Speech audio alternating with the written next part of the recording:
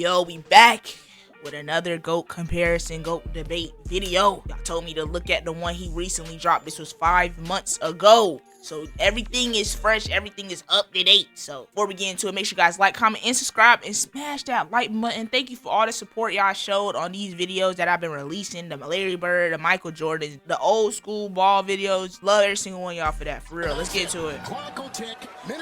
Yeah, this was heartbreaking, but like I told bro that was watching the game with me, I knew these niggas weren't gonna make it past the first round. First of all, we got Minnesota, craziest. Ant had a crazy year last year in the playoffs a little bit. Second of all, we just got Luka. What's bro? JJ Redick? Do you even know? Couldn't even coach him for real because he came in what? Luka came in what? Mid-season? So it's like you still looking in trying to get your rotation and shit right, like your plays and shit right. They were still trying to. They was giving Luka like the first option, but at the same time, I don't know. They were still trying to get LeBron. It was so different, so difficult. But this year, I don't know. That's me. You're probably wondering how I ended up in this situation. Yo, that's funny, bro. He's funny for that edit, bro. The 2025 season for the Los Angeles Lakers was so unbelievable that it played like a Shakespearean drama, one filled with ups and downs, villains and heroes, and an ending that was both shocking and not shocking at all. Yep. But to really understand the Lakers season, we have to rewind a bit to February 2nd, 2025. Yeah. A date which will live in infamy. That's the day the Lakers pulled off one of the greatest heists in modern sports history. How? As they acquired Luka Doncic for 7 first-round draft He looked so unhappy. picks. Wait, no, that's not right. For Anthony Davis, Austin Reeves, and 4 first-round draft picks. Actually, that's not it either. Right. Yeah. For Anthony Davis, Max Christie, Yep. and 1 first-round draft pick. That's still crazy, bro. Come on. You serious? Yes. Look, I'm still struggling to Yes, understand this it is real. myself. Best as we can tell, the Mavs traded Luka because he was, well, a little fat, and he drank too much beer. You know, basically the same reasons Babe Ruth was traded to the Yankees in 1920, and we all know how that one turned out. Right. Don't get me wrong, when healthy, Anthony Davis is still a great player. And with me releasing this video, he's injured again. So what was the point? I feel like I'm still mad because that Luka and Kyrie team in 24 was crazy. Yes, injuries did prevent them from winning the chip, and Boston got an easy ass fucking whatever ring. But I love Luka and Kyrie together. Them niggas was crazy. But you're telling me for you traded your whole franchise for a liability? And he's injured again. This But that man can't stay caveat, healthy, bro. when healthy, applies more to AD than just about any other player in NBA history. Exactly. You're talking about a 32-year-old who's missed 135 games over the past 5 years. Wow. He was injured at the time of the trade, and in his very first game with the Mavs, got injured part. again. Heck, this motherfucker's injury problem was so bad that it turned out to be contagious. Yes, he's Meanwhile, injured right the player now. that Dallas traded away was a 25-year-old, once-in-a-generation superstar who Yes. literally just led the team to the NBA Finals the prior season. Sure, he doesn't play a lick of defense. That's why I know I'm pausing already too much, but when people say there's no loyalty with these players, why would it be loyalty anymore? These teams literally trade. They literally look at them as business assets, bro. Literally, look what happened. He literally was the franchise and got traded. Like, damn. But he also nearly averages a 30-point triple-double. And now we're adding that guy to LeBron James, Yep. pairing 2 of the best playmakers in NBA history. You son of a bitch. And let's not forget Austin Reeves, who's merely the Going third crazy right option on now. the Lakers, but on just about any other team would average 25, 6, and 6. Jesus, Nico, you really couldn't get them to throw Reeves into the trade? Right. Needless to say, the expectations were sky high for LA following the trade. And it didn't take long for their promise to become reality, as a quick 8-game win streak vaulted them up the standings before they ultimately settled into the 3rd seed in the Western Conference. And that seemed to be a fortuitous position, as it allowed them to avoid the side of the West bracket that included the 68-win Thunder, Nikola Jokic's Nuggets, and the scorching hot Clippers. That said, their first-round opponent, the Minnesota Timberwolves, were no slouch. But the Wolves were coming off a somewhat disappointing regular season. Vegas installed the Lakers as 2-1 favorites to win the series, and seemingly every expert agreed that LA would have no problem advancing to the second round of the playoffs. I think the Lakers win. I actually have them winning in 5. I think the Lakers are going to beat them in 5. Yeah, I feel the same way. So what you think about that Lakers Lakers in 5. But, as they say, games aren't won on paper. Right. And when they did play the games, the Lakers did not win in 5. Not 5, not 6, not 7. As a matter of fact, it was the Wolves who won in 5, pulling off the major upset. Now, I'm not going to delve into the Ant took all them Lakers in 5 shit personal, bro, literally. And O's of this series. I'll leave that to the basketball nerds like Zach Lowe and Ryan Russillo, and whoever the hell this guy is. No, seriously, who the fuck is this guy? Yeah, who is that? That said, if you ask me, the Lakers' loss comes down to 2 words: LeBron James. To be honest, neither LeBron nor Luka played particularly well in the series. But following a season-long trend, the Lakers seemed to play some of their worst basketball when LeBron James was on the floor. Against the Wolves, this was especially the case in the fourth quarter. In his 54 fourth-quarter minutes, LeBron hit just 9 of 27 shots, and the Lakers were outscored by a whopping 40 points. Damn. That's terrible. Now cue the LeBron sycophants who will say, "What did you expect? He's 40 years old." Can't keep "Oh, I don't using that. know. Maybe I expected him to be as good as you told me he was." Exactly. I mean, we've been bombarded all season about how LeBron was still a top 10 player, that he's the greatest 40-year-old to ever play, that he's the oldest player to record a triple-double, the oldest to ever win Player of the Month, the oldest to ever flop like he got shot by a sniper. And now we can add one more to the list.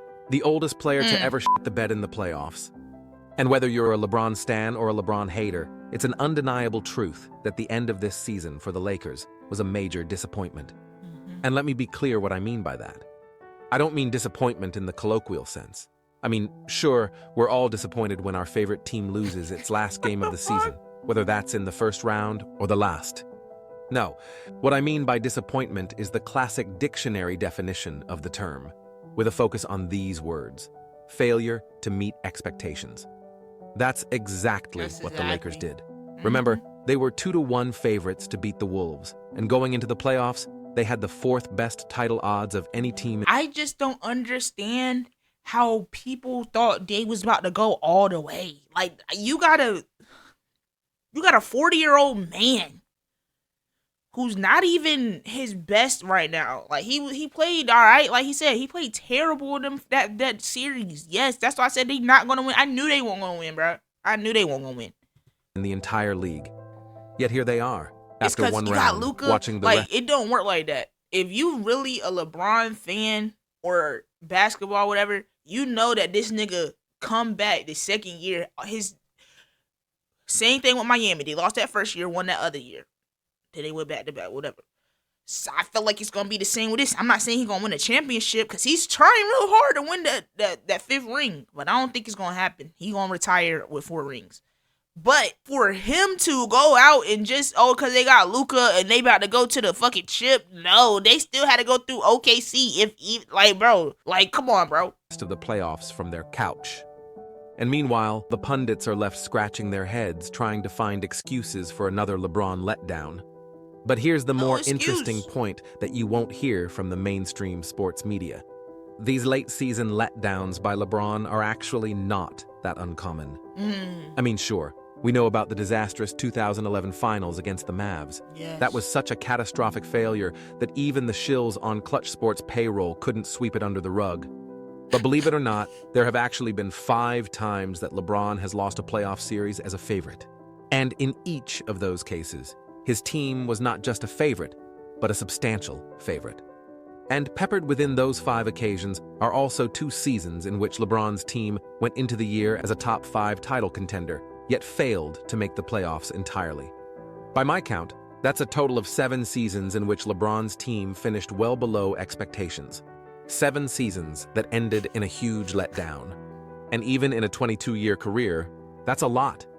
It means 1 in every 3 seasons ending in epic disaster.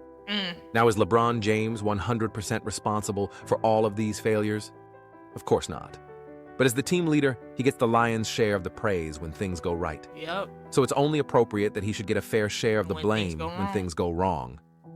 Now, given that LeBron's career has lasted so long, many of you may not remember a lot of the letdowns on this list. So it's probably a good idea to do a quick recap to refresh your memories. Except for like 2009. The first of LeBron's letdowns came in 2009, when his Cleveland Cavaliers lost to Dwight Howard's Orlando Magic in the Eastern Conference Finals. Of LeBron's 7 letdowns, this is the one where he deserves the least culpability, because overall, he played pretty well in this series, even hitting a buzzer beater to win Game 2. But it's also a series that LeBron's team undeniably should have won. After all, they had secured home court advantage throughout the playoffs after winning 66 games that year, and Orlando was without its second-best player, All-Star Jameer Nelson. While LeBron generally put up good numbers in the series, he also struggled down the stretch of a few of the games. In the fourth quarter and overtime of the final 3 losses, LeBron shot just 38% from the field, 25% from beyond the arc, and 65% from the line. This to go along with 9 turnovers. If he had played just a little bit better at the end of those games, perhaps the Cavs advance. And he's not a fourth quarter player, bro. Like, dead ass not. Like, he don't got no killer instinct, none of that shit. And that shit, I do feel like when people say that is what hold him back, it do, bro. It do. You need to be that man to step up and be a leader. Your team is on your back, literally, bro. Bring the win home. Like, I don't know, bro. Matchup between LeBron and Kobe in the finals. That would have And been tough. maybe LeBron doesn't go to Miami to start the super team era, and Cleveland becomes the next dynasty. And the history of basketball for the last decade and a half is completely rewritten. But alas, it wasn't. What to be. if? As in LeBron's own words, I fucked up one time in 09 and didn't beat Orlando. Preach, brother. At least you know. Preach. Take accountability. But as I said, the failure in 09 was actually the mildest of LeBron's season-ending letdowns. Letdown number 2 came the very next season, as LeBron's Cavs once again had home court advantage throughout the playoffs. This time, in the second round, they would face the Boston Celtics, an aging team that started the year fast but played just .500 ball the last 54 games of the regular season. The two teams would split the first 4 games of the series, with the critical Game 5 to be played in Cleveland. This was the perfect opportunity for LeBron James to showcase why he was the league's back-to-back reigning MVP. And he certainly gave us a performance for the ages, just not in the way you'd expect. Oh my God. James scored just 15 points on 3 of 14 shooting from the field, 3 of as the 14? Cavs would get clobbered in their own building by 32 points. Jesus. In fact, LeBron's play was so apathetic that the media, the fans, and the team's owner would accuse him of quitting on his team. Wow. Needless to say, the series loss, punctuated by that Game 5 debacle, would ultimately go down as a shameful moment in Cleveland sports history. Except for Delonte West, who seemed oddly upbeat after the series, but I digress. Letdown number 3 takes us to Miami, where in 2011 LeBron joined fellow league stars Dwayne Wade and Chris Bosh to form a super team. In their first year together, the star trio made it all the way to the NBA Finals, where they would face an aging Dallas Mavericks team, led by Dirk Nowitzki. The Heat jumped out to a 2-1 series advantage and had a 9-point lead in the fourth quarter of Game 4, but they epically coughed up the game and the series. The main reason for the defeat? LeBron James, who averaged less than 18 points in the series, including an 8-point dud in that pivotal Game 4. I'm about to say, yeah, didn't he get a fucking donut in one of them games? Not only was LeBron outplayed in the series by his teammates, Wade and Bosh, but he was also outplayed by the Mavs role player, Jason Terry. Seriously? In fact, LeBron's performance was so embarrassingly bad, even his biggest acolytes say this. The 2011 finals is, and I will admit this, it is a meltdown. It is a giant blemish on the resume. Of course, they'll also have you believe that this was the last bad moment of LeBron's entire career. But wait, there's more! On to meltdown number 4. And for this one, we jump to the 2018-19 season, LeBron's first as a Laker. Yep. That year, LeBron joined an upstart Laker team flush with young talent, like Brandon Ingram, Josh Hart, Kyle Kuzma, Lonzo Ball, Alex Caruso, Ivica Zubac. Jesus Christ, this team was loaded. They were a team that had won 35 games the prior season, and now they were adding LeBron James, along with Rajon Rondo and Kentavious Caldwell-Pope. You would think with all that talent, and a player like LeBron who could be the proverbial tide to rise all ships, the Lakers could add another 20 wins to the win column. Which explains why the Lakers had the 4th best title odds of any team heading into the regular season. So how many additional wins did LeBron add to the team? None. 2, for a grand total of 37 wins. God. You cannot be serious! I'm quite serious, John. Although, to be fair, LeBron did miss a third of the season to injury. But even in the 2/3 of the games he played, the Lakers were barely a 500 team. So no matter how you slice it, the season was an abject failure. Now we move to letdown number 5. And this one comes fresh off the heels of the Lakers' 2020 championship in the bubble. You know, the championship that was supposedly the hardest ever because the players were forced to spend 2 months in a 5-star resort with nothing to do but shoot hoops, play video games, get massages, go fishing, hang out at the pool, hit the greens. I honestly think that was the best type of, not saying because he won. I'm just saying in general, that was some of the best playoffs moments I seen from the 20s till now. Because we have bench players playing like they never played before. Like, it was something different about them not playing in front of a crowd. I feel like that amped it up, bro. Even though you missed the crowd being there like, oh, boo, and all that shit. But, like, we had hella niggas going dummy. Like, hit the, greens. And all this without having their wife and kids around. Yep. So, basically every guy's dream vacation. Yep. So as Basically, the defending champs, what did the Lakers do for an encore? How about a first-round playoff exit at the hands of the Phoenix Suns? This, despite going into the playoffs as the betting favorites to win the West, and nearly a 2-to-1 favorite to beat the inexperienced Suns in round 1. Those odds jumped exponentially after the Lakers won 2 of the first 3 games in the series. But behind a subpar performance from LeBron James, the Lakers would go on to lose the next 3 games, and they would find themselves taking an unexpected early trip to Cancun. Of course, LeBron fans would tell you that the sole reason the Lakers were defeated was because of an injury that kept Anthony Davis out of the final 2 games. Although that wasn't exactly the prevailing sentiment at the time. Well, what if Anthony Davis doesn't return for Game 6? At the Staples Center. The Lakers will win either Game 5 or Game 6. I don't think they need Anthony Davis to beat the Suns. We know the Lakers can get through this series with just LeBron James. Who embraces pressure? LeBron James. The Lakers are going to win Game 5 and 6, and Phoenix carry the hell on. Yikes. Regardless of spin, what cannot be denied is that the Lakers' disappointing finish in 2021 only emboldened critics who viewed their bubble championship as a fluke. It's going to have a big asterisk on the bottom, and it's going to say COVID championship. They say Mickey Mouse ring. That's how you know niggas do not claim that shit was the hardest shit ever. Okay. And that brings us to letdown number 6.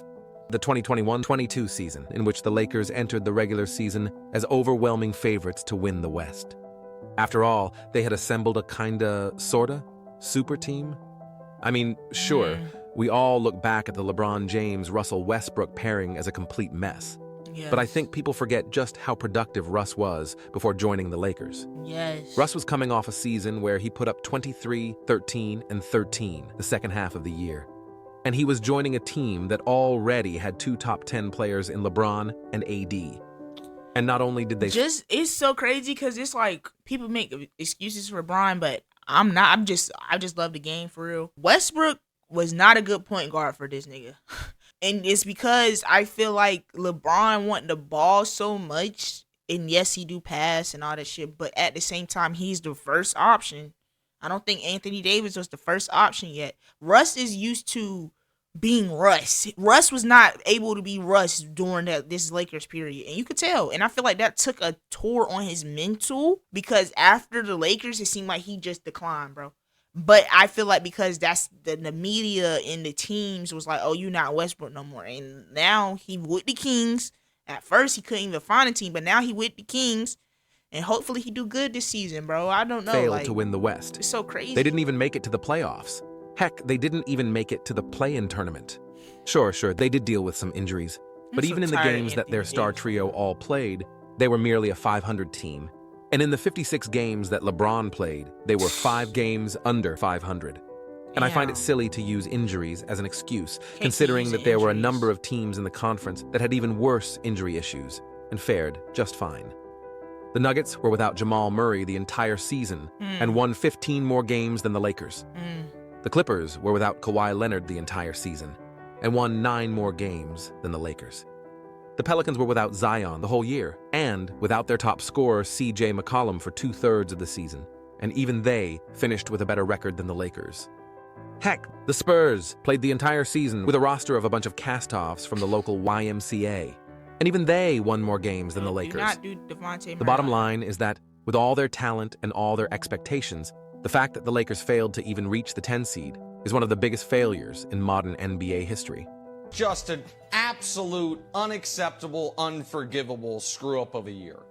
And that finally brings us to letdown number 7. And there's really not much else to say about this one. The pundits were over the moon about the LeBron-Luka pairing. I said yesterday, I think the Lakers are winning the West, and I feel good about that. I don't understand why did people think they was about to win the chip? Just because they got Luka? Yes, they did have 2 great players, but LeBron is not LeBron no more, bro. He's 40. He's not the same. He's never going to be that same nigga that was dominating a few years ago. You feel me? That's why I be telling people, you got to wake up and put all the bias shit aside and just look at the game for what it is, bro. That's what I do. Because ain't no way, nigga, I knew they weren't going to win that shit, bro. The West was not even too comp, but at the same time, you still got to get through OKC. I've been saying OKC was going to win a ring for years now, and they have. Like, I just don't get it. I don't know why everybody, oh yeah, they got Luka, they winning the chip. Bro, they still don't got no big man. The coach, JJ Redick, first year of coaching, they don't even got Luka as first option in some games. Like, shit be crazy. Oh! LeBron out and they killing it right now. Obviously, I guess he's the problem. Shit, I don't know, bro. Like, needless to say, the expectations were through the roof. It really. But the results were in the basement. As the Lakers' playoff run lasted a mere 5 games. LeBron's response to the loss? You know, I don't lose sleep over that. Like, how did me and Luka lose? Right, well, yeah. There's 8 other guys on the floor. What? Right. There's 8 other guys on the floor. Sure. LeBron and Luka closed each contest worse than a white guy running track. But let's blame the loss on the 8 role players. I mean, you'd expect a smidge more accountability from a guy whose team embarrassingly got knocked out in the first round. Can't keep making excuses, bro. I know. LeBron fans will tell me. But Michael Jordan lost in the first round 3 times. You're right.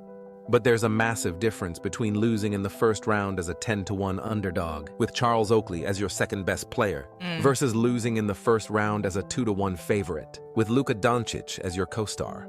It's all about expectations. And objectively speaking, LeBron's teams fell woefully short of expectations in each of these 7 seasons. Now, you might think I'm being a little hard on LeBron, but keep in mind that I'm using the same logic that his own fans use when defending his poor finals record. That's true. When you point out that LeBron is a measly 4-6 in the finals, the response from LeBron fans is always, "That's not fair. Of course LeBron has a losing finals record. He was the underdog in most of those finals." And you know what? They're right. Half of the time, niggas be saying, oh, like my TikTok comments, them dudes are saying, if it weren't for injuries. Listen, Kyrie, Kevin Love, yes, I get that. But at the same time, bro, Kyrie still wanted to leave after that. Like, I don't get what's in people logic, some LeBron fans, like y'all are right. I see what y'all talking about. That's why I tell people I'm different LeBron fan. Like, I'm not a dick sucker. I don't be dick riding him. When he fuck up, he fucks up. Cause nigga, you gotta take accountability. You wanna call yourself the greatest, nigga, you gotta be the greatest, nigga. You can't just be over here when you lose and shit and cry. Like, that's why I be telling folks, like, you gotta put all that bias shit aside. He's 4-6, bro. And then people say rings don't matter. Okay, then what else then? What's the point of even talking about the GOAT debate for real? If the winning don't matter. Just about basketball, just the individual player. Okay, that's cool and all, but he's still like, what now? Cause he got the point record and shit. That don't mean shit though. He's still all around, like, barely even first and all that shit. LeBron should not be crucified for losing to the Spurs in the 2007 finals. Nor should he be criticized for losing to the Kevin Durant-led Warriors in 2017 and 2018. Heck, I'll even give him a pass for getting boat raced by the Spurs in the 2014 finals, in a series that was widely expected to be a toss-up, but which LeBron's Heat lost in historically lopsided fashion. Yes, I thought in each of the series I just mentioned, LeBron's team was an underdog, and he was therefore not expected to win. But if we're going to give him a pass for losing as an underdog, then it's only fair that we hold him to account for losing as a huge favorite, or for missing the playoffs in seasons where he had no business missing the playoffs. And these disappointing finishes have happened in 7 of his 22 seasons, one in every 3 seasons. So the burning question is, how does this affect his legacy? And on a macro level, the answer is not very much. Despite all the season-ending letdowns, he is still arguably one of the greatest players to ever play the game. But when we talk about LeBron's legacy, what we're really asking is, how does he stack up against Michael Jordan? And that's where he falls short. I don't mean that he falls short in the sense that Michael has better advanced stats and more individual accolades and is a more consistent defender and a superior shooter in the clutch and has fewer weaknesses and has more championships despite playing less seasons. I mean, sure, there's all that. But specifically in terms of major letdowns, Michael just didn't have them. In his entire 15-year career, only one time did a Michael Jordan-led team finish below expectations. And that was in 1995, the year Jordan returned from his first retirement, when his Bulls lost in the second round of the playoffs to the Orlando Magic. But what about those first-round exits early in Jordan's career? As we previously mentioned, Jordan was a massive underdog each time he lost in the first round. What about all those years he lost to the bad boy Pistons? Similarly, Jordan was a substantial underdog each of the 3 years the Pistons knocked him out. What about when Jordan missed the playoffs with the Wizards? In both years that Jordan was with the Wizards, Vegas picked them to finish 9th in their conference. And in both years, that's exactly where they finished. No. Why the fuck did they think he was about to win with the Wizards? What the hell? Niggas bringing that in? I don't even look. I'm sorry. I don't even look his last few years playing. Like, after he left the Bulls, and I don't even look at that as logically used for the debate, bro. Like, why niggas digging deep of him losing with the Wizards and this nigga's 40? Y'all wanted that nigga to still be out there going crazy? Like, but they say that with LeBron. LeBron 48 doing all this crazy shit. Yeah, I get that, but I don't know. I don't even know. I don't even care. I don't even care, bro. The only true letdown of Jordan's career was losing to the Magic in the 95 playoffs in a series the Bulls were favored to win. Although in retrospect, one could question whether the Bulls should have been favored. After all, the Magic had the best duo in the league in Shaq and Penny, and they also had home court advantage at a place where they only lost 2 games all year. And, as we all know, Jordan only played the final 5th of the season. But as you've probably figured out by now, I'm not a fan of making excuses. The bottom line is that the Bulls were favored to beat the Magic in 95, and they did lose. And a big reason for that loss was that in critical moments of the series, Jordan was not the best version of himself. And that remains the sole letdown of Jordan's entire career. And a pretty mild letdown at that, especially when compared to the 7 letdowns in LeBron's career. Remember, the least catastrophic of LeBron's letdowns was his 2009 loss to the Orlando Magic. And even that loss was worse than Jordan's loss in 95. For one, LeBron's team was a much bigger favorite. Secondly, the Orlando team that LeBron faced was far inferior to the Orlando team that Jordan faced. And thirdly, LeBron had home court advantage in his series, whereas Jordan did not. Come to think of it, do you want to know how many times Michael Jordan lost a playoff series with home court advantage? 0. Zilch. Nada.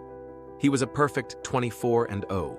Damn. Compare that to LeBron, who has lost a series with home court advantage 4 different times. Damn. So let's review the tale of the tape, shall we? 5 times, LeBron has lost a playoff series that his team was favored to win. Something that happened to Jordan only once. 4 times, LeBron lost a playoff series with home court advantage. Something that Jordan never did. 5 times, LeBron's team has been ahead in a series only to ultimately lose. Something Jordan did only 1 time, and that was as a 6-1 underdog. And twice, LeBron missed the playoffs entirely in a year where his team was among the preseason favorites to win the title. Jordan, meanwhile, never missed the playoffs while playing with an actual contender. That's crazy. And these numbers all speak to one very important thing: dependability. Look, No one is going to win the championship every single year. Jordan had 9 seasons that he didn't win a title. And LeBron has had 18 seasons where he didn't win a title. Fuck. But importantly, do you at least make the playoffs when you're supposed to make the playoffs? And when you get to the playoffs, do you at least beat the teams you're supposed to beat? For one of these guys, the answer is clearly yes. For the other guy, the answer is usually, maybe, sometimes. And frankly, this is an underrated aspect of the GOAT conversation. Everyone wants to focus on championships. I get it. Michael has 6 championships compared to LeBron's 4, which is even more impressive when you consider that Michael has played 7 fewer seasons. But what's even more remarkable is that he was able to attain all those championships without a major misstep. I mean, sure, he took his lumps along the way and had to overcome hurdles like the bad boy Pistons. But he never had any moments that left us scratching our heads thinking, how in the world did he lose to that team? And when I look at this graphic, it tells me 2 critical things. First, when it mattered the most, Jordan was the more likely player to deliver the goods. And second, when it mattered the most, he was also the far less likely player to shit the bed. And in the results-based world of sports, nothing could be more important. Now, is that the only reason Michael Jordan is a superior player to LeBron James? No. There are at least a dozen other reasons, some of which I mentioned in a video I made 5 years ago, titled Jordan versus LeBron, the best GOAT comparison, a video that has generated nearly 5 million views. But who's counting? But while the talking heads debate this topic ad nauseum, there's not a lot of focus on letdowns, so I figured it deserved its own video. And there's one other reason why I think these season-ending disappointments are so important to the GOAT conversation. It's because they can't be erased. They cannot be wiped from our memory. These failures are forever stains on a person's resume. And that doesn't just apply to basketball. As anyone who works for a living can tell you, you could be great at 95% of your job, but if you fuck up a major project, your boss will always remember it. Now imagine if you fucked up 7 major projects, or you fucked up a project every 3 years. You think you'd still have a job? You certainly wouldn't be winning any awards for greatest employee of all time. Not when the guy you're competing against is just as good as you, but without the screw-ups. Now, I'm fairly confident that after watching this video, there will be a handful of people in the comments section who will say, you're being ridiculous. You're criticizing a 40-year-old LeBron for losing in the first round. But when Jordan was 40, he didn't even make the playoffs. And if you are saying that, well, you clearly missed the point of the entire video. That's what I said. Even LeBron fans, bro, on my TikTok shit, I'm arguing with them like, bro, you're going to see it eventually. You're still over here defeating a man that has a lot of losses, basically, but you don't see it because that's your favorite player and he's quote-unquote the greatest. And it's ridiculous, bro. It's really ridiculous. So I recommend you watch it again. As for the rest of you, please hit the like button and subscribe to this channel. And click the bell to get notified of new videos. But to address your point, yes, Jordan missed the playoffs when he was 40. But as previously noted, he wasn't expected to make it. That's what I'm And if you look at his team's roster, it's not hard to see why. By far, his best teammate was a one-dimensional, inefficient Jerry Stackhouse. The Wizards were And as to the other guys pictured here, most NBA fans wouldn't be able to pick them out of a lineup. Now imagine, instead of Jerry Stackhouse, Jordan was paired with a prime Luka Doncic. Would we still be questioning whether this team makes the playoffs? Nope. And what if instead of 13-point scorer Larry Hughes, they had 20-point scorer Austin Reeves? And instead of a past his prime Christian Laettner, they had a young Rui Hachimura? And instead of all-time bust First of all, Kwame... I ain't taking up. Rui is hit or miss. Hit or fucking miss. That nigga. Brown. They had the versatile Dorian Finney-Smith. Now, we're no longer asking whether that team makes the playoffs. We're asking how deep a playoff run they make. Yeah. And somehow, this exact team, except with LeBron James as their leader, got knocked out of the first round by an opponent nearly everyone expected them to beat. Yeah, I knew they weren't gonna make. And this type of thing chip, has happened over and. I knew they weren't gonna make get the chip, but I did expect them to at least go to like conference finals. Over and over in LeBron's career. And there is one word that best describes that. Like I said, I did not expect them to win the chip, but I didn't also expect them to lose the first round. Like I said, this year we'll see, but LeBron not even playing right now. They doing good. Austin Reeves is doing great. LeBron, man, still fuck with LeBron. Still fuck with Michael Jordan. Michael Jordan just the GOAT, man. And it's crazy because I never realized, like I just now realizing, like going through these videos, people make hella excuses to losing. He ain't going against KD and all them niggas was injured. Bro, my thing is, what if now we're talking about what happened? Because we could daydream in La La Dipsy land all day long, but all because we can't, like he said, we can't rewrite the past. That's on his shit forever. We keep talking about what if and give that man excuses. But hey, man, when he retire, it's going to be even crazier. I know he going to make a video when he retire. Love every single one of y'all. Let me know in the comments what was the craziest clip or the craziest thing you agree with in this video, man. Are you a LeBron fan or Jordan fan? Let me know in the comments. Love every single one of y'all, and I'm out. Please like and subscribe. We ain't never running out of guns, got 100 shots for you. Yeah, I feel like Tupac, yeah, hey, I just got the juice. I feel like Tupac,